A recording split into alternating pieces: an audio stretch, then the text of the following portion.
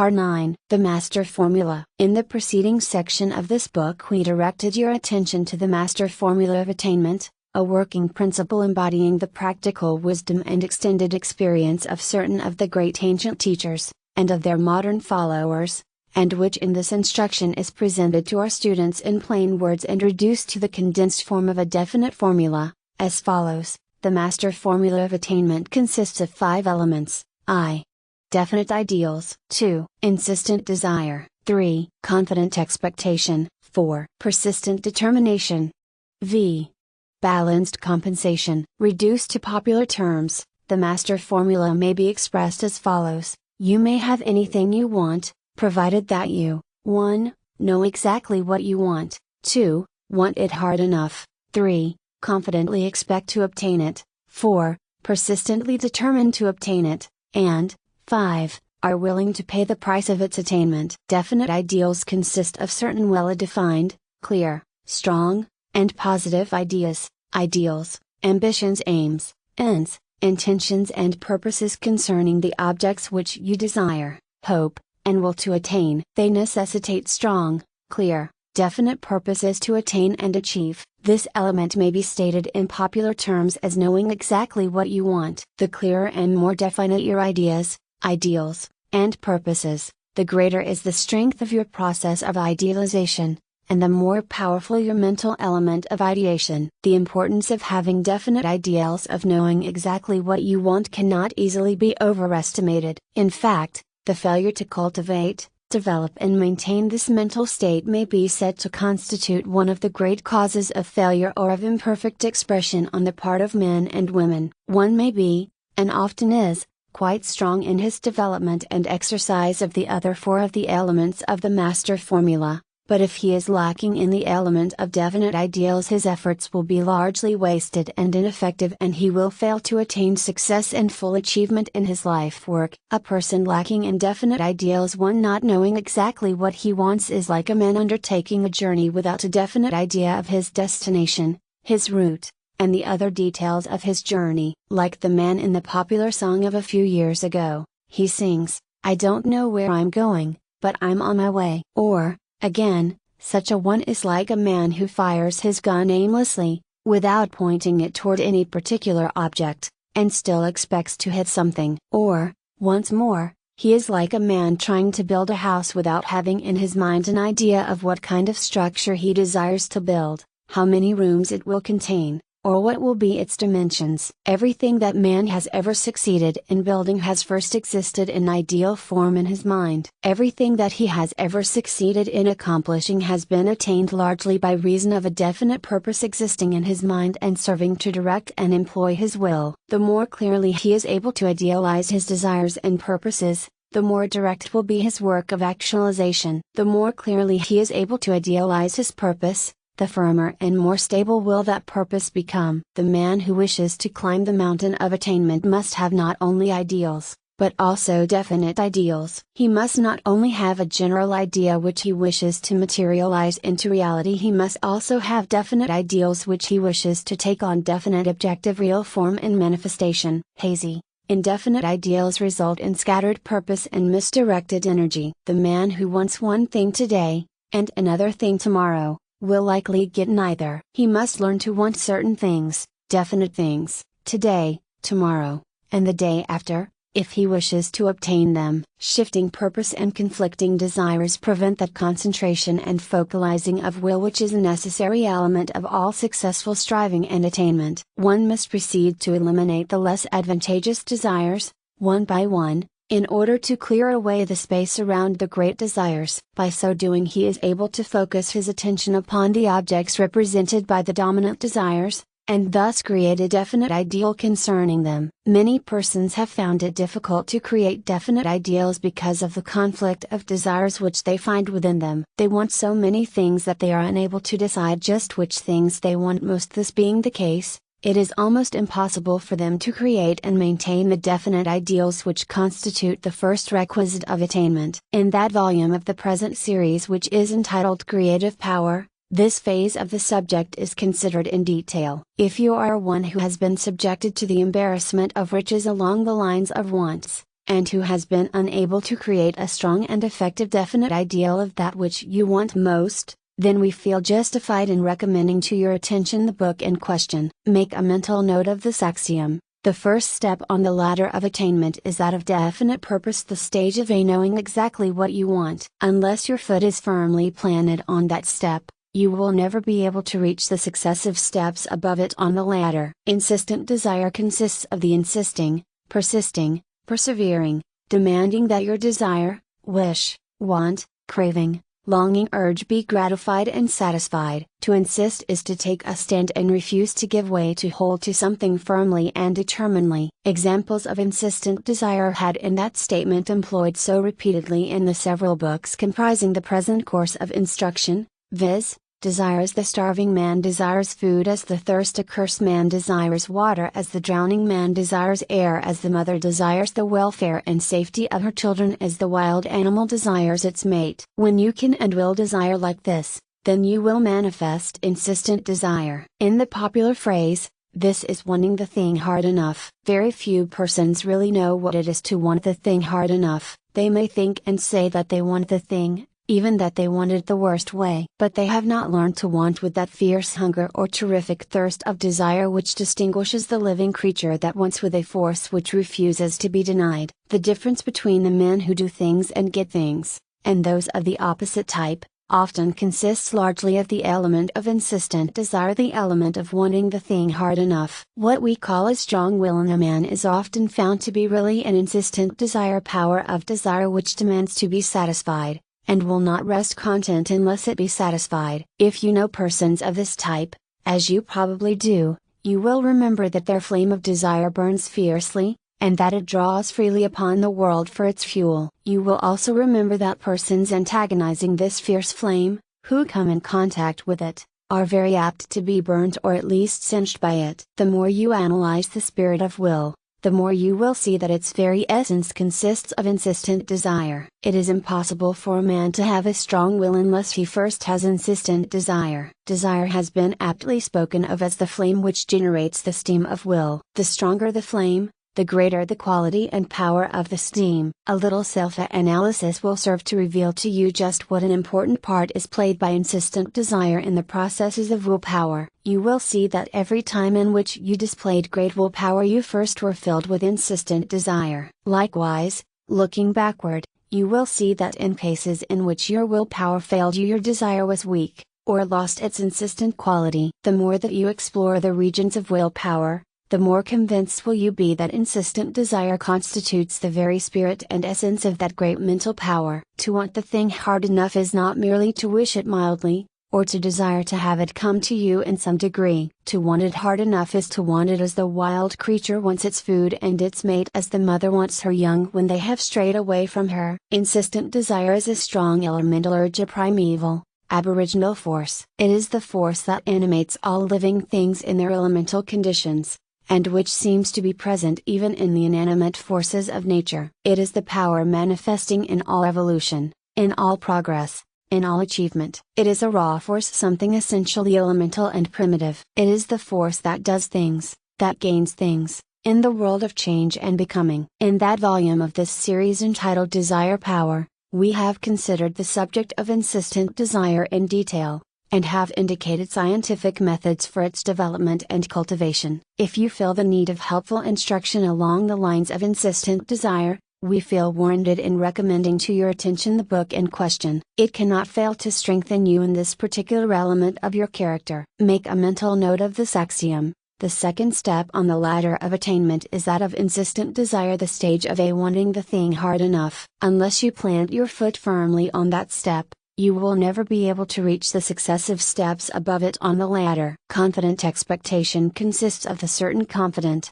undoubting faith that you will obtain that concerning which you have definite ideals and insistent desire. It is the quintessence of hopia faith, the hope that is confident, and the faith that knows. It is illustrated by your confident expectation that the sun will rise tomorrow morning, or that effect will follow cause, or that the sum of 2 plus 2 will be 4. When you can and will entertain this feeling toward the object of your definite purpose and insistent desire, then will you manifest confident expectation. Confident expectation is the essential spirit of faith, and faith has been termed the white magic of power. The psychological principle involved in expectant attention, confident expectation, and hopeful faith is an important dynamic energy. The principle manifests and expresses itself in practically all forms of human endeavor. The figurative statement concerning the movement of mountains by the power of faith has a far more real and substantial practical basis than is imagined by the average person hearing or reading the words. Men are moving mountains of circumstances every day,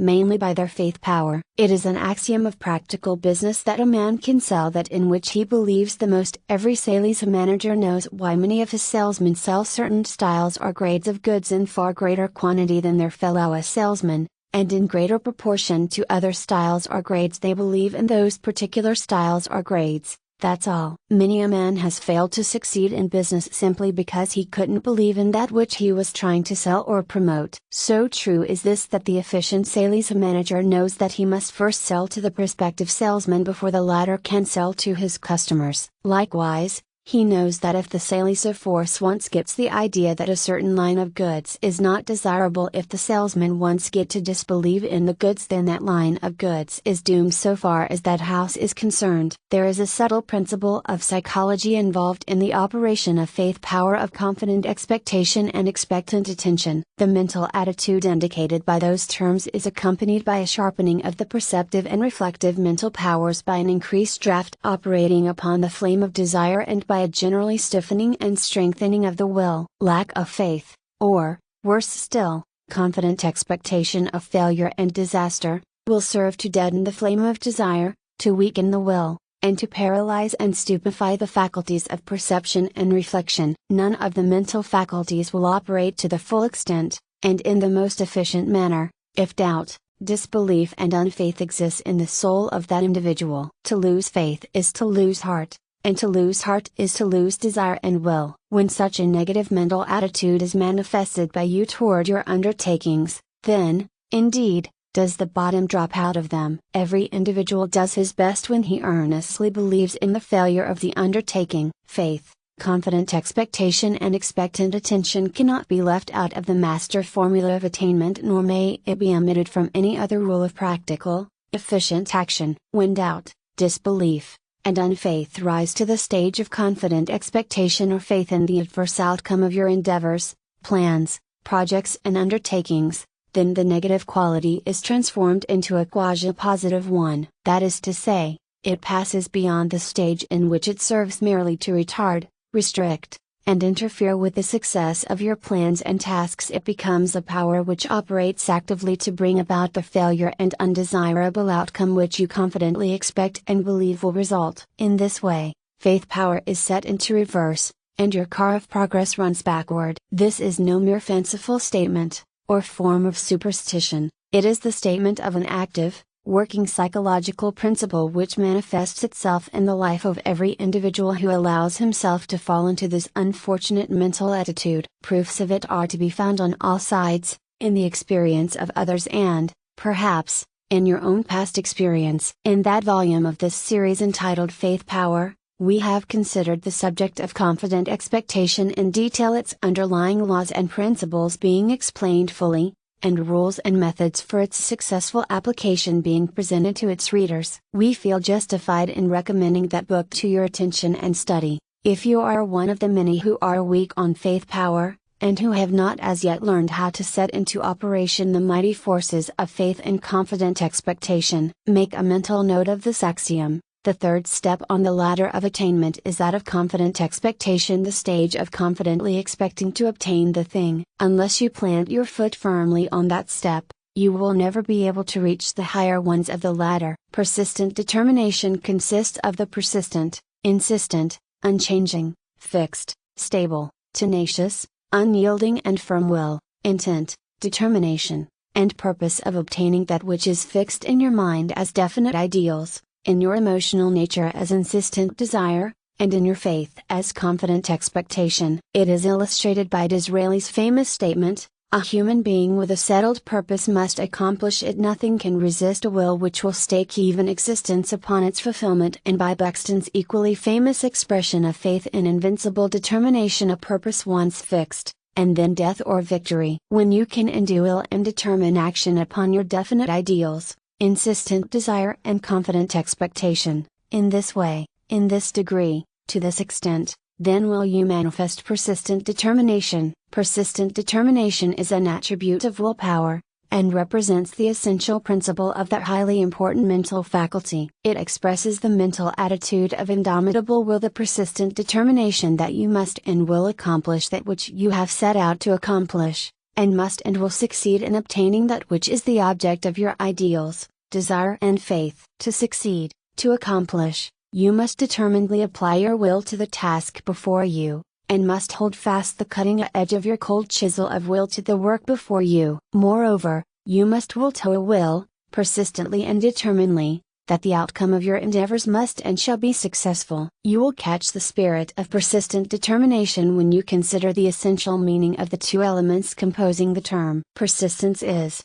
tenacity, doggedness, staying quality. Determination is strength and firmness of mind, firm resolve or resolution, absolute direction to a certain end. The composite term indicates a staying, tenacious, dogged will manifesting in an absolute direction toward a set, certain, fixed purpose or end. Or, it may be said to indicate the fixed and tenacious aim, design, intention, resolution, determination, and will to accomplish or to reach some particular object or end. Persistent determination manifests its power in its work of steadying and holding to its task. The dynamic power of will. Willpower must not be scattered or dissipated, it must be held firmly to the task before it. The man of strong willpower accomplishes nothing until he is able to apply it effectively in a definite, determined direction. He must manifest his will in the spirit of steadfastness, firmness, fixed intention and purpose, positive direction, and unfailing constancy. He must set his hand to the plow,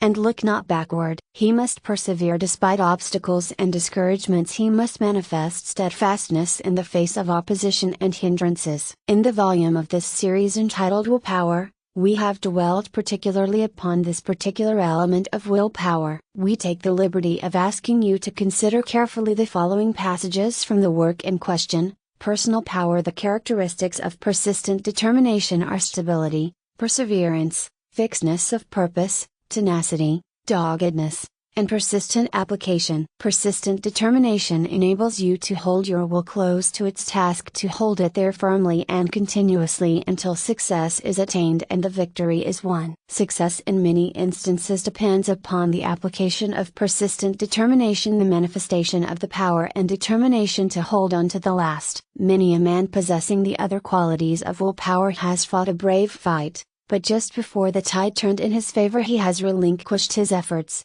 and has dropped out of the fight defeated, not by circumstances, but by his own lack of persistent determination. By studying the lives of the great inventors Morse and Edison, for instance, you will see the utmost importance of this faculty of a holding on, and this spirit of a never say die. In persistent determination, and the voluntary action based upon it, the will deliberately chooses an end or object to be attained, and then proceeds to manifest the determination in outward form and action. It proceeds to its end with intensity of purpose, and directness of aim. The end must be clear, definite, and capable of distinct visualization. The effort to gain that end must call into operation the whole nature of the will, and the whole force and energy of the willpower. As it has been said, the whole, living strength of the will must be literally hurled into it, not once or twice, but again and again, until it is accomplished. The persistent determination must be real, it must be meant by you with the full power of your soul. You must not trifle with such resolutions, you must be in deadly earnest about them. Remember that the honor and integrity of your will is at stake, and that you must not bring discredit upon it. To break such a resolution is to bring shame upon yourself and to your will. This is the essence and spirit of persistent purposeful determination. Strive ever to attain, sustain, and manifest it. This is the flash of the will that can. We feel warranted in recommending that volume of this series entitled Willpower, from which we have just quoted, to your attention and study if you feel the need of strengthening, Developing and cultivating willpower. It is devoted exclusively to the consideration of the principles and laws of willpower, and contains practical instruction along the lines of the development of that great mental force. Make a mental note of this axiom. The fourth step on the ladder of attainment is that of persistent determination, the stage of a persistently determining to obtain the thing. Unless you plant your foot firmly on that step,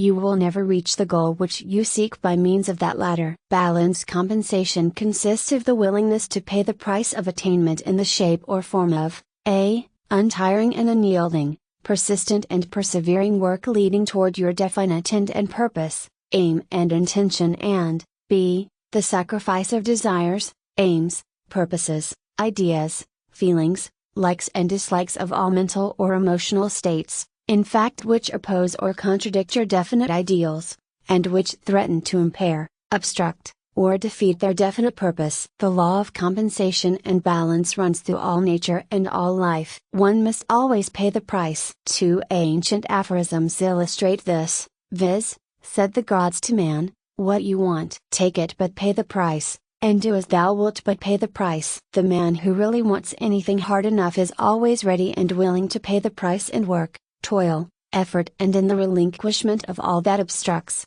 diverts, or obstructs the attainment of that which he desires and wills. Balanced compensation is a great law of nature, none escape it, nothing is free from its laws. Everything is balanced by something else. Everything must give something in order to get something. Everything must give up something in order to get more or something else. Emerson has brought out this universal principle in his great essay entitled Compensation, and the experience of every individual serves to illustrate the operation of this law. Everything must be paid for in the price of something else. Everything maintains its position by reason of balance. The wise men of the race recognize this great principle, and proceed in accordance with it. The fools seek to overcome it, and fail by reason of their folly. All men who have obtained, attained, or achieved anything at all worthwhile, have paid the price. The price paid by them consists of various elements: work performed, persistent application, perseverance, industry, diligence. All these form a part of the price. Service rendered to others,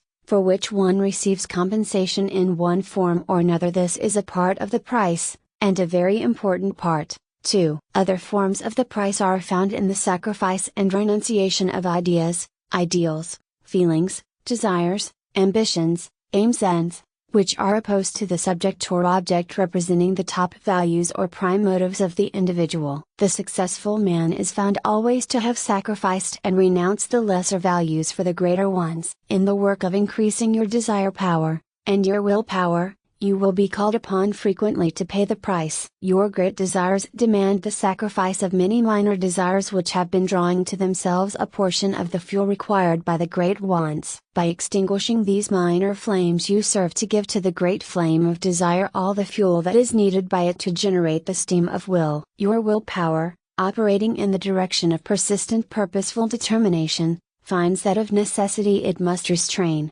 control, or even inhibit entirely certain tendencies of your nature which are perceived to work against the success of the main object of your desire and will. The will is ruthless in these matters. It unhesitatingly sacrifices many of the little things of your emotional nature for the one big thing that represents your summum bonum or greatest good. In the 2 volumes of this series entitled Desire Power and Will Power, respectively, considerable attention has been devoted to the particular subject of feeding the great desires and great objects of will by means of deliberately starving and inhibiting the lesser desires and objects of will which are found to interfere with the successful attainment of the big things. These books are recommended to your attention in case you feel the need of further and special instruction along the lines of balanced compensation. Most persons require such instruction. Many fail by a lack of understanding of this great principle of life. Make a mental note of this axiom. The 5th and final step on the ladder of attainment is that of balanced determination, the stage of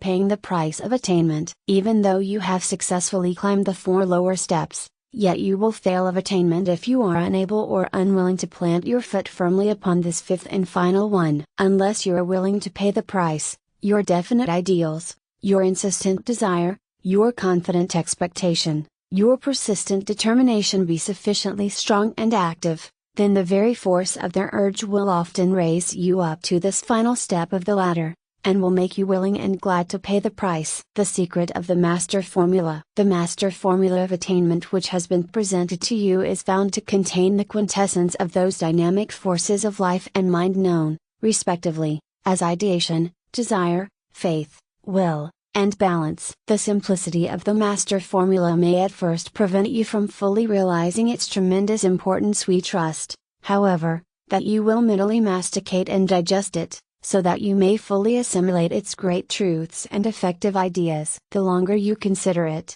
the more you analyze and dissect it, the more you synthesize its several elements into a working principle, the greater will be your appreciation of its value and efficacy. Hold fast to the Master Formula, for it will prove a tower of strength to you. We suggest that you visualize the diagram of it which appears in the first portion of this book directly facing the first page of reading matter. Make a mental picture of it and let its statement be your working slogan. This is all that can be told you in the way of general directions. The details of the application must be worked out by yourself, but the forces which you have set into motion and activity will render this task easy by awakening your subconscious and superconscious mental faculties which will supply you with the necessary ideas and thoughts. The actual work must be done by yourself, but these awakened and aroused forces of your being will give you the strength and the power to do the work and accomplish the task. They will awaken an unsuspected second wind of power and energy within you, and will make you equal to the task. But,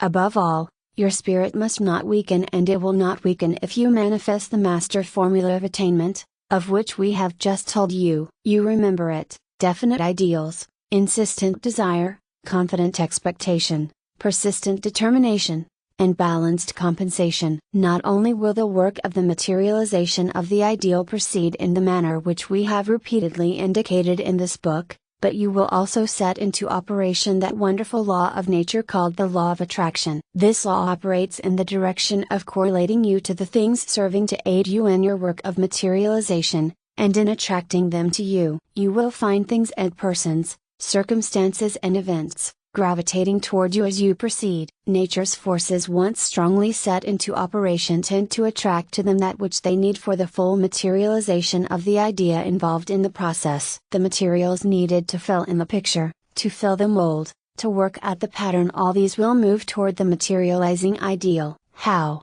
You ask. Well, just as they do toward the idea in the acorn, as it proceeds to evolve into the oak tree, just as they do toward the well-energized germ of life from which evolves the final form of the adult living creature. You are here setting into operation a great law of nature. Your own will come to you when you have aroused this law into activity. In these pages you have been asked to consider some great truths, to examine some tremendous principles, to manifest some mighty powers of being, things far more potent and potential than you now even begin to recognize or realize. As you proceed to manifest these in actual experience, the wonder will grow rather than lessen. You will soon become conscious that you are in close contact with some of the most elemental and fundamental laws of nature and of activities proceeding from that which lies back of and under nature. Herein, you have had set before you some wonderful instruments and machinery of being. Use them well, but do not misuse them. Do not trifle or play with them if you use them at all. Use them earnestly and toward definite and worthy ends. As we have said, these teachings are not for weaklings nor for babes, they are for fully grown, strong men and women, the true individuals of the race. They are for the fearless and the courageous, and they will make such still more fearless and still more courageous. They will make their users stronger, better, and more efficient, the end sought by all true individuals. Those who master these principles, who recognize, realize and manifest the truth therein contained, they constitute the very elect of that world of true individuals which is now opening its hidden treasure to the race of strong individuals who are ready to inhabit it. The elements of these principles will constitute the stuff out of which the Superman will be made, the Superman who will inherit the earth. We have passed on this message to you, charged with the spirit of that which we wish to arouse within you. We trust that its vibrations will awaken responsive rhythms within your own being. We trust that our words will awaken in you definite ideals to achieve a certain and insistent desire to express your inherent and latent powers, energies, and forces, and to manifest your real destiny. Confident expectation, which comes only to him or her who recognizes and realizes the truth in thought and feeling. Persistent determination, which will apply itself closely to the task of realizing your ideals and manifesting your latent and inherent powers of being and doing, and that willingness to pay the price of balanced compensation for the realization of your ideals. Above all, we trust that we have started you well on the road to the recognition, realization, and manifestation of that power from which all power proceeds, and of the focalized center of being and power which is you, yourself, the I Am I, the Master Self, the real self of you. If so, then you will find yourself filled with the spirit of reality, conscious of your own egohood, and intuitively and superconsciously aware of the power which is around you, under you, back of you, above you, and in which you live and move and have your being, and which is your eternal source of supply of personal power. If we have succeeded in our task, you will have advanced in the scale of conscious being and existence. Your former fear has given way to fearlessness, your former doubt, to certainty, your former restless condition, to poise and power, your former weakness, to strength. In that case, your battle cry will be changed, you will plunge into the thick of the fight, filled with the berserker spirit of old, fearing nothing, sure of victory, shouting your battle cry of freedom, I am I can, I will, I dare, I do. You will plow your way through the ranks of the horde of ignorance and negativity, and triumphantly reach the victorious heights of the Mount of Achievement. This is our message of personal power, to you, the individual who has found his real self, and his source of power. We trust that its seed will find lodgment in fertile soil prepared for its reception, and that in due time it will send forth strong roots, and sturdy stalks from which will unfold stems, and leaves, and blossoms, and finally will bear the fruit of realization and achievement of that which for so long has been your ideal. Begin today now to make your dreams come true, your ideals become real. You can, if you will do, if you dare,